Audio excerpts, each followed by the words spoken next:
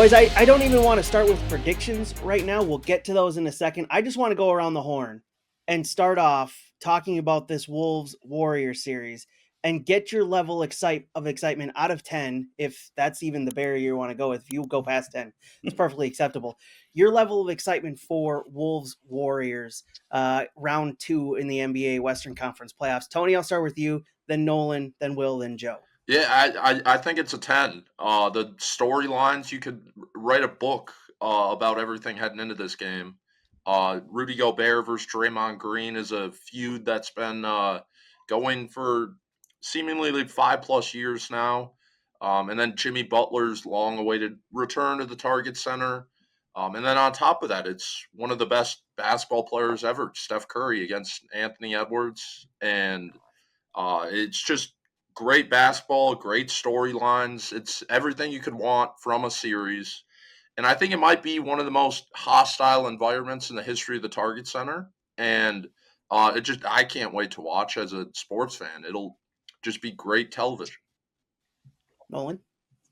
Yeah, I completely agree. I think it's going to be a lot of fun. I think it's going to be a great series. I'm really excited to see what Target Center looks like tomorrow night. I think it's going to be quite the vibe. And like Jimmy's bitter about it. Like he said, like somebody asked him, he's like, I'm not talking about Minnesota last night. I saw. Um, I'm excited. He's gonna have like he hasn't played here since 2021. He got a terrible reception then. It's gonna be way worse now in the playoffs. I think it's super exciting. I think that's gonna be a super fun angle. Obviously, the Rudy Draymond stuff. I mean, I think Draymond already has four technical fouls from that Rocket series, so he's probably going to get two and get a 1 game suspension in game one. You get ejected and get a 1 game suspension right away. I mean, there's just so much that is going to be fun to watch in this series. I think it's super exciting, and I can't wait. Will? Yeah, I'm fired up. I mean, I think you could argue that the Rockets might have been a better matchup for the Wolves, and there would have been interesting basketball elements with that, with their size and their athleticism. But this is, from the storyline standpoint and entertainment standpoint, it just had to be the Warriors.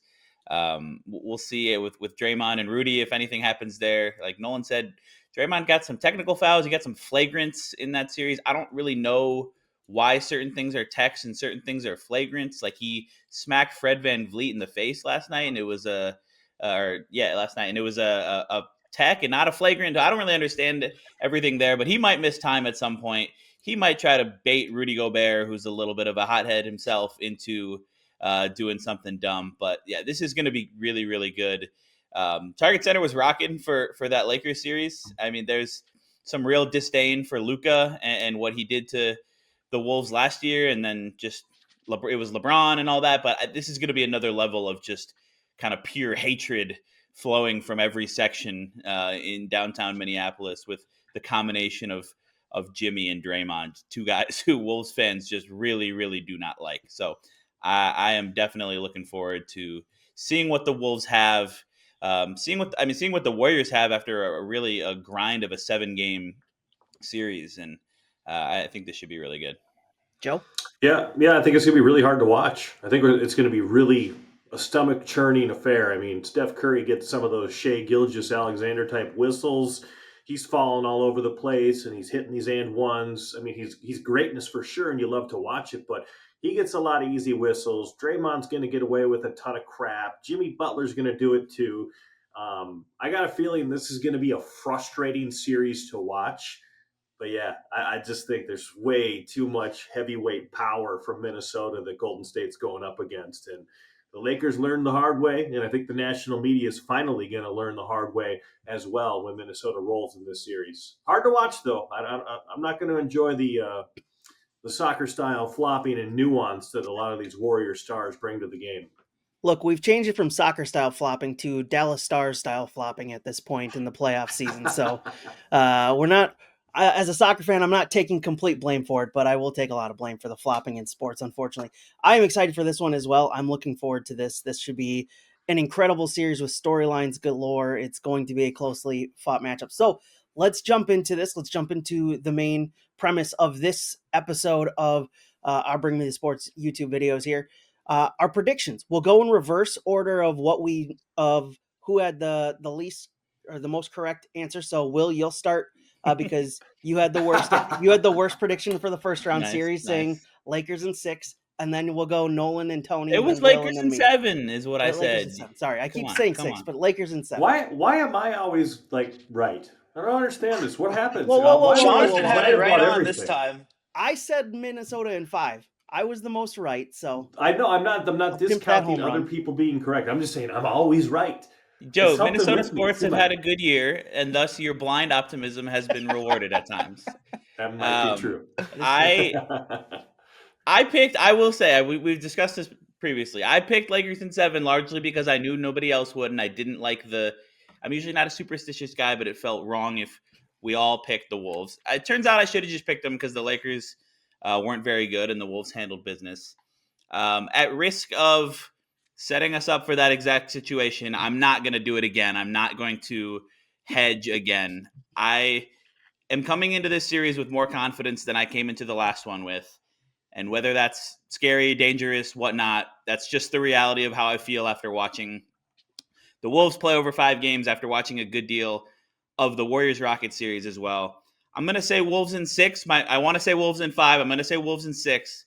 I just think that this Warriors team is kind of old. They just got through a dogfight with Amin Thompson and Steven Adams and Dylan Brooks and Alperen Şengün that was not easy. And if you look at the way the Rockets played in a lot of that series, like the fact that the Warriors needed 7 games to win it, I just don't see how you go from that to then beating a Wolves team that 1 through 8 has looked quite good for the last month plus. And not everybody had a great first round series. I think they need more from Dante DiVincenzo, who's sneakily going against his old team as well. Nickeil Alexander-Walker, those 2 guys come to mind specifically. But the Wolves looked really good. Anthony Edwards, Jaden McDaniels. I mean, Julius Randle had a great series. The Warriors just do not have a lot of size to contend with the Wolves. The Lakers didn't have size either. The Warriors stars are old. They just played a really tough series. I think Steph Curry is still one of the most terrifying players to play against in the NBA because he can go off and get you 8, 9, 10 plus threes in any game. But I just think the Wolves are the better team, the deeper team once again. They've got size. They're not gonna have any. There's no chance of overlooking this. I don't think they would have overlooked it against the Rockets. It's the playoffs anyways, but they are going to be fired up and ready to go for this matchup, and I think they win it in 6 games. Nolan? Yeah, I'm actually going to go Wolves in 6 here too. I like the matchup. I think it's pretty similar to the Lakers, except Golden State is much, much, much better defensively than the Lakers. But they're small. I think the Wolves' size is going to be a problem for them. They just got off of a super physical series against Houston, and the size of Houston gave them some troubles too. And I think there's a big difference with the Wolves is Houston doesn't really have like a great go-to scorer. Jalen Green was not very good in that series. Terrible. He's not Anthony Edwards. And Şengün, I love Şengün, but he's just not that scoring option. So I think it just felt like the Rockets were they're a year early. I think they're going to be a really good team for a long time, but I just don't think they quite had it this year. But coming off that 7 game series, I think it's going to be some tired legs on the court tomorrow night here in Minneapolis. They've got to travel, and the Wolves are going to be pretty fresh, and they played their best basketball this season. That last series against the Lakers, they've had time to prepare, watch these last couple games. I think they're going to come in really ready, pretty fired up. I think the crowd's going to get them really fired up because of how crazy it's going to be with the Jimmy return, and I think they're going to be able to take care of business. But I like them in this matchup quite a bit. I actually think I like it better than the Houston matchup even. So I think the Wolves pull this out in 6. Tony? Yeah, I think the Wolves, to kind of go off Nolan, their depth and size is just too much for the Warriors. I think I have the Timberwolves in 6 as well. And yeah, I just don't think the Warriors have enough firepower off the bench for having a veteran team, a lot like the Lakers. What Nolan said, I think there's a lot of similarities between both teams. I think the Warriors present maybe a few different challenges than the Lakers did, but it just the Wolves have too many options, and I think we might see a game or two where Steph Curry turns back the clock and hits 10 threes and there's just nothing you can do about it. But it just, over a 7-game series, I just don't see how the Warriors are going to be able to match the Timberwolves' depth and size. Joe, we got 3 Wolves and 6s. Where are you at? I'm at Wolves in 5. I really think the wear and tear from that Houston series with the lack of rest and the age are all going to catch up to the Warriors in this one. Steph averaged 38 minutes a game in that series. Jimmy Butler took a really hard fall in game 2 and only played 8 minutes, but I mean, that body's beat up. And he played 40 plus minutes in 4 games, including, I think, 45 in game 7 Sunday night. Draymond Green was averaging like 34 a night. And then the size thing is just going to be way too much for Golden State to overcome. They're basically playing a 4-guard lineup with Draymond Green as their center, and Draymond Green is 6'6". In fact, Jimmy Butler was 6'7", the tallest guy in their starting lineup on Sunday night. So you go up against Rudy Gobert and Naz Reid and Jaden McDaniels, and then the explosive athleticism and relentless attack on the glass from guys like Anthony Edwards and Dante DiVincenzo, and the pressure on the perimeter defensively from Edwards and Jaden and DiVincenzo and Nickeil Alexander-Walker and even Rudy Gobert. I mean, this is a potential matchup nightmare for the Golden State Warriors. They might have matched up better before they got Jimmy Butler. I'm not so sure, but they're dangerous. They're a really dangerous team. And like Tony said, yeah, maybe there is a throwback the clock night where Steph hits 10 threes and Jimmy Butler gets to the line 16 times and they're impossible to beat. But you take a 7-game sample size and Minnesota's going to come out on top more often than not. And I actually think they're going to roll in this series 4-1. I think they win game 1 handily. I think they win game 2, and then they're going to go probably steal 1 in San Francisco and close things out back in Minnesota for game number 5. Yeah, I'm with Joe there. I'm sticking with the same prediction I had in the first round. Wolves in 5 here. I just think the age of the Warriors for me, plus the fact that they'll be on 1 full day of rest, where the Wolves, coming off a series where they won in 5 games and they had 5 full days of rest, that's going to play a huge factor early on in the series, and it's going to be enough to give the Wolves an early jump start in this series. That's for sure going to be one of the more physical series that we'll see in the playoffs. I'm looking forward to this one for many storylines. So Wolves in 5 for me. So we've got 2 Wolves in 5s, 3 Wolves in 6s. All of us are taking the Wolves in this series. So let's go around the horn. Joe, I'll start with you. The Wolves come out of this series with the win and move on to the Western Conference Finals. What is the reason why they did it? What are we talking about? What's the story? What's the headline on the papers the next day after the Wolves beat the Warriors and move on? I mean, it's just pure domination with size and strength and youth and depth and athleticism. I just think there's too much, like I said, for Golden State to overcome here.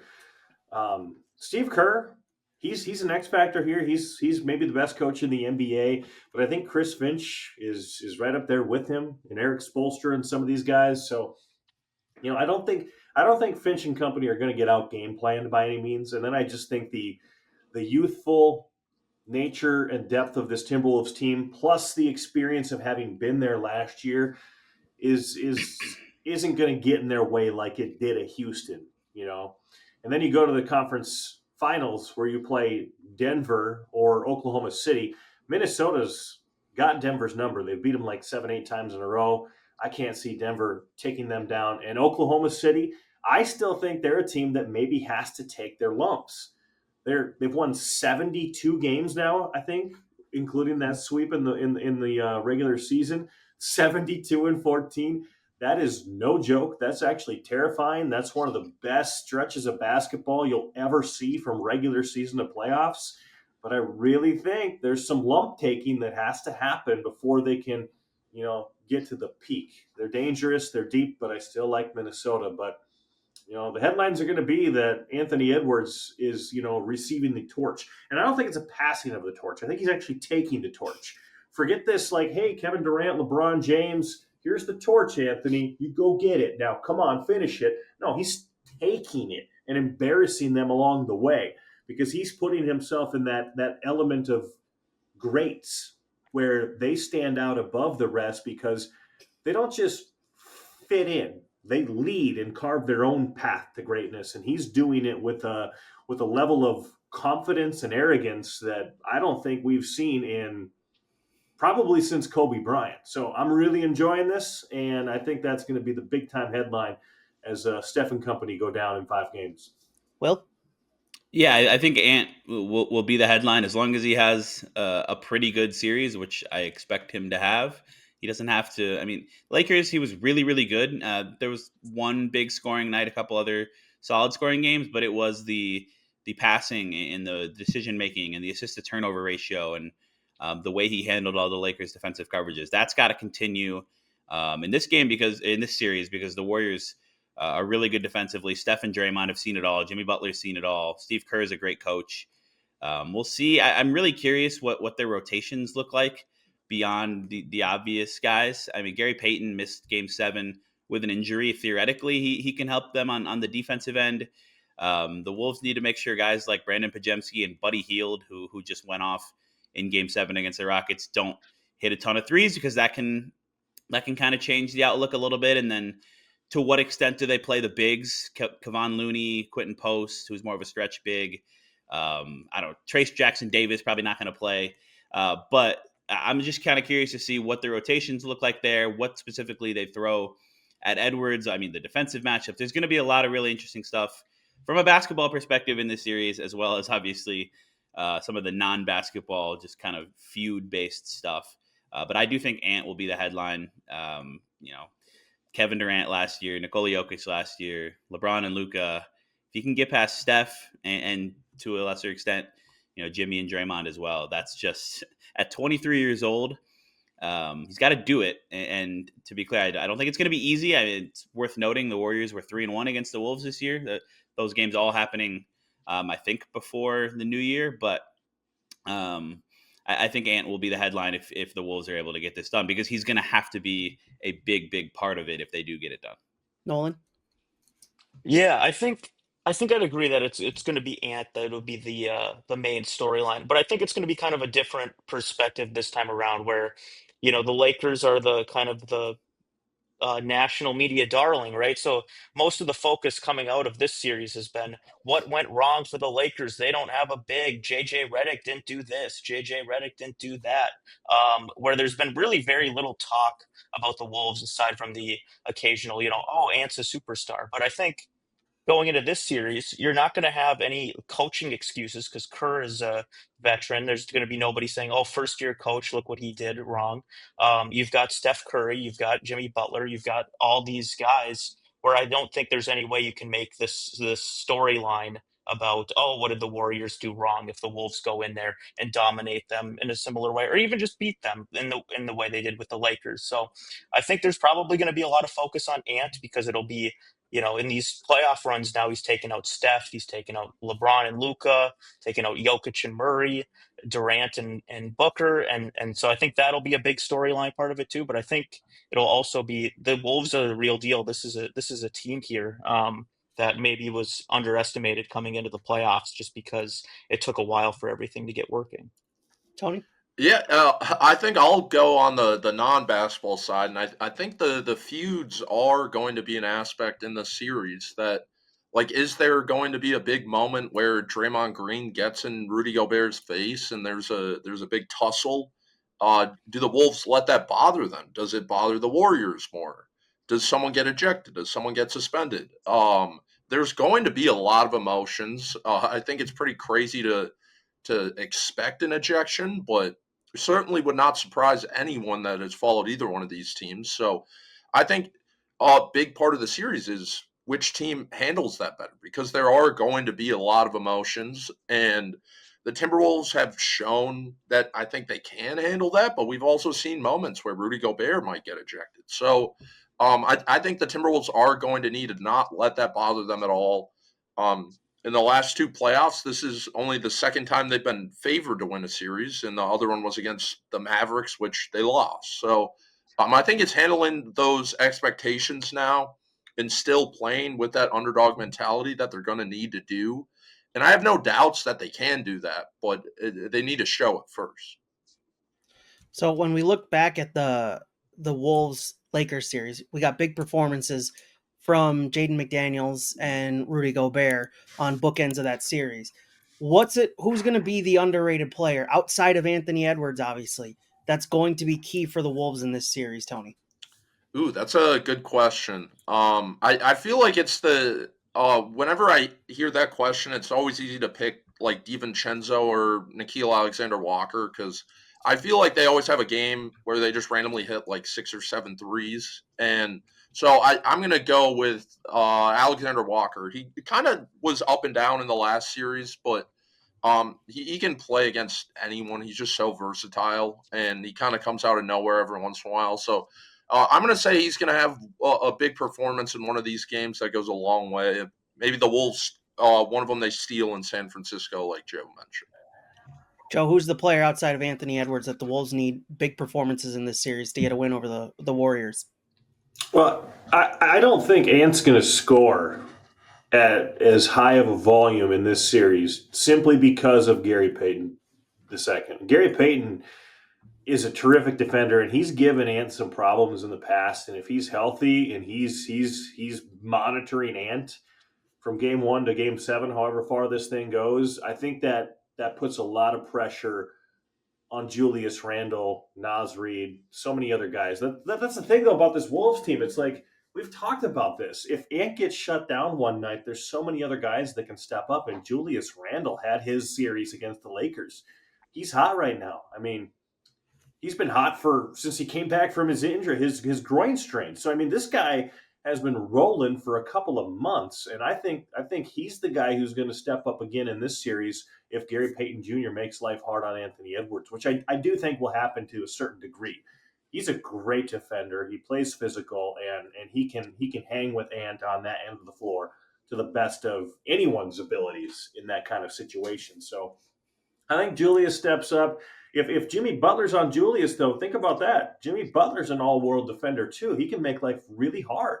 So if you've got the top 2 scorers on this Wolves team kind of neutralized, if you can say that, then it has to be the others, as the NBA on TNT guys say. It's the others. It's got to be Naz Reid. It's got to be DiVincenzo. It's got to be Nikhil Alexander Walker and Jaden McDaniels. These guys have to score. Jaden makes sense as a great pick for this question too. Not to steal it from anybody else who was thinking it, but I mean, if Butler is on Randall and Draymond is on, oh God, I forgot about Draymond. Man, they just have so many good defensive matchups. Never mind, it's not Jaden anymore. No, it's got to be DiVincenzo and Nikhil Alexander Walker. They have to score, and Naz Reid. They have to score. I think those big 3 defenders for the Warriors are going to make life a little bit more difficult for Minnesota. Will? Yeah, I like those 2 guards off the bench. I don't know that they're the most important players in the series outside of Ant. I think that's Rudy and Julius and Jaden just by virtue of role. But they need more out of those 2 guards. I was just looking at the numbers. Nikhil averaged 6 points a game. He was 9 of 34 from the field and 5 of 23 from deep. That's 22%. It just wasn't good enough for him offensively. And this is a big series now because his future is in some question heading into free agency this offseason. Dante, similarly, he was a little better. He averaged 8 points. He shot, it was 15 of 50 from the floor, so not great. 6 of 31 from deep, not great. He did average 2 steals a game, over 3 assists. So he did some good things, but they need shooting out of those 2. I'll specifically focus on DiVincenzo, who I said multiple times heading into the last series, like, this is going to be a Dante game. This is going to be a Dante game. I'm just waiting for him to hit 6 or 7 threes and swing a playoff game like he did a couple times last year with New York. But I think it's going to happen. I think he's just biding his time. Didn't quite happen against the Lakers, but it's going to happen at least once in this series. Playing against a team that he knows pretty well. He spent 1 season with the Warriors. I think Dante is going to be a really important player for the Wolves because of his ability to kind of go nuclear from deep in a similar way to some of these Warriors players. And also, I think, we saw last round, they like to close with him because of the stuff he can do defensively, the way he can not be too much of a drop-off from Mike Conley in terms of getting you into your offense and doing things like that. So I think this is going to be a big Dante series. People are going to talk about the Jimmy Butler revenge series, but I'm here for the Dante DiVincenzo revenge series. Nolan, I'm going to change the question up for you. Before I do that, though, boys, get your pencils out, get a piece of paper out, and get your Nobody calculators uses out. pencils. Pens, pencils, I don't care what you use. Get them out, because I'm going to, at the end, after this question for Nolan, we're doing a pie chart. I'm going to steal this from Caller. We're going to do a pie chart for this series. So get that out. Get ready to do some quick math on the fly. Nolan, Notes app what? out. Huh? Notes app out. No tap out. Nolan, what is a reason why the Warrior? Give me 2 reasons why the Warriors could come away with the win in the series and eliminate the Wolves. Yeah, I think aside from the size, they do have good personnel to defend some of the Wolves' best players. Like Joe mentioned, Gary Payton, as far as Ant, Jimmy on Ant too. I think Draymond on Julius. Those seem like pretty logical, reasonable matchups that could make life difficult for the Wolves offensively. I mean, you saw that Warriors Rockets series had a really lot of defensive games. And the the Wolves are definitely better than the Rockets are offensively, but they definitely showed that they can make life difficult for people. And I guess the second thing is just Steph. He's just, Steph is Steph. He's going to do his thing. And if he goes off on one of those games where he does hit 8, 10 threes, he can steal you a game that maybe you shouldn't have won. So it's like if their defense gives the Wolves some troubles and Steph is playing like prime Steph, that could flip the script on the Wolves. Yeah, just wanted to answer that. And in interest of fairness towards the Warriors, didn't want this to be all completely pro Wolves. Wanted to balance it out just at least a little bit. All right, here's the pie chart. 4 options for you guys of things that could happen in the series. 1, a Wolves sweep. 2, Draymond ejection.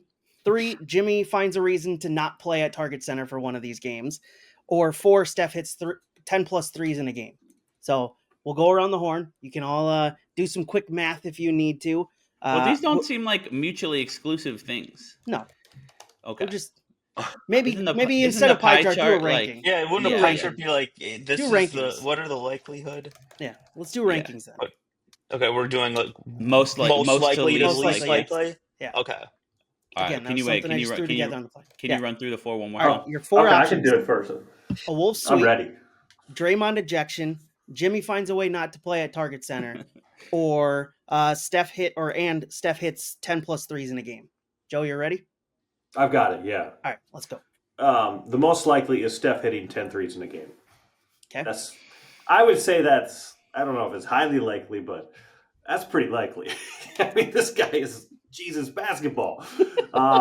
Number 2, Draymond ejection. That's easily number 2. That could easily happen. He's gonna be riled up.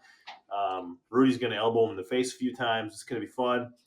Number 3 would be a Wolves sweep, and number 4 would be Jimmy Butler does not play in a game at Target Center, but that would be out of his control. He's definitely showing up for this one. Jimmy's not afraid of anything. They asked him about it. His return to Minnesota after Game 7 on Sunday night, and he's like, "I'm just worried about getting my coffee machine to Minnesota." So he's already playing the game. He's already starting to rile people up. He's trolling. He's deflecting. He's acting like this is meaningless to him. And Minnesota, I actually believe, is meaningless to him. I don't think he gives 2 bleeps about anything in Minnesota. I mean, I swear to God, that guy is just focused on him and him only. So he probably really was only focused on his coffee, which is, I don't blame him. Coffee's an amazing thing. But the one thing that we got to really focus on is a potential blackout from the weakening magnetic field. And if that happens, none of us are going to be able to watch the game, and that's going to piss me off. So there you go. All right. Conspiracy theory of the day segment here. Tony, I'll go with you. You follow up Joe's conspiracy theory today. I always have Will do it. I'm going to give Will a break here a little bit. Okay. Yeah, I agree with Joe mostly on those. I'll say Draymond getting a technical is the most likely. I think from a pure, I guess, like legacy standpoint, he kind of has to. He's built up this idea that he's this ultimate trash talker, and he's meeting his number one rival, I guess, based on the way he reacts and talks on social media about Rudy Gobert. So he almost has to get a technical, I think. So I would be very surprised if that doesn't happen. And then Steph Curry, obviously, if he hits 10 threes, I don't think anyone would be surprised. So I would put that 2. and then a Wolves sweep 3. And I agree with Joe. I think Jimmy Butler is he's not scared of anything in this series. And while it's fun to talk about how the general soreness has kept him out of all these games with the Heat, I think a little bit it is just a coincidence that he didn't play in all those games. But yeah, it's the playoffs. He's going to play in every game. Will? Yeah, I'm with Tony. I had the same order. I think Draymond is 1. I was looking at the series odds last night, and I think the Wolves were like, at one point they were like minus 160. I saw them at like minus 180. I think it varies on the books. They're definitely favorites. And then I was just making my own odds of Draymond doing something ridiculous and stupid is minus 10,000. So that is a lock. The question is, will it be, he just picks up a tech for barking at people? That's a lock. Or will it elevate to something physical or something that goes beyond, or 2 techs or multiple flagrants or something that results in him getting ejected?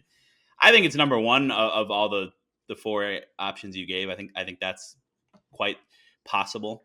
And then I would go same Steph hitting 10 threes, 2, a Wolves sweep 3. And I think general soreness will in fact find a way to play in all of the games at Target Center. But be kind of funny if for whatever reason he didn't. Nolan? Yeah, I also have the Draymond ejection at the top. If it's not an ejection, it'll be a suspension. It's 6 techs in the playoffs, I believe, that gets you a 1-game suspension. He's 2 away. I do not see a world in this series he does not get at least 2 techs, if not a flagrant. I mean, the last time he put Rudy Gobert in a headlock, not all that long ago. So, I mean, the idea that he's going to be able to get out of this series, even if it's a sweep without 2 techs, would be pretty It's 7, surprising by the to way. me. I just looked at 7. He's got to get to 7 to get. He's got to get to 7. Okay, 3. He's got to get 3 techs. Isn't there a I flagrant foul accumulation element too? I believe there is. Yeah, how many flagrants in the playoffs? Because he's already got 3. He's doing both. He's doing the text. He got a lot of both in that. It's a legendary playoff run. He might end up with a double at some point. on one of the, I think it was Game 6 I was watching, and on TNT it was like Draymond. It was like his stat line: 3 techs, 2 flagrants this series. So the idea that he's going to get ejected or suspended, he's going to miss something in this series. There's no way, especially playing against Rudy, he's going to be just on one. And then I had the same order. Otherwise, Steph 10 threes. I think that's the next most likely. Would not at all be surprised if Steph hits 10 threes. Wolves sweep the third most likely, and then Jimmy's not ducking this time. He's going to be there. He's going to be on the court tomorrow night and playing, assuming he doesn't have some sort of catastrophic injury. He'll be there every game at Target Center. And I'm looking forward to this one. The storylines, the drama, the physicality that's for sure going to take part in this series. I'm looking forward to it. Probably, I would venture to guess this is probably going to be one of the best series in the entire playoffs based on storylines alone. And that's not even including whatever the finals happen to be. But based on the storylines and how these 2 teams and the players involved feel about each other, this one it sure sets up for a lot of drama. I cannot wait to watch it. Cannot wait to read all of your work over on Timberwolves on SI. Go read all the rest of their work over on Vikings, Twins, and Gophers on SI as well. Be sure to hit subscribe to the YouTube channel. It does help us get found. Also notifies you every time we post a new video here to the channel. We'll talk to you tomorrow with another topic across Minnesota sports.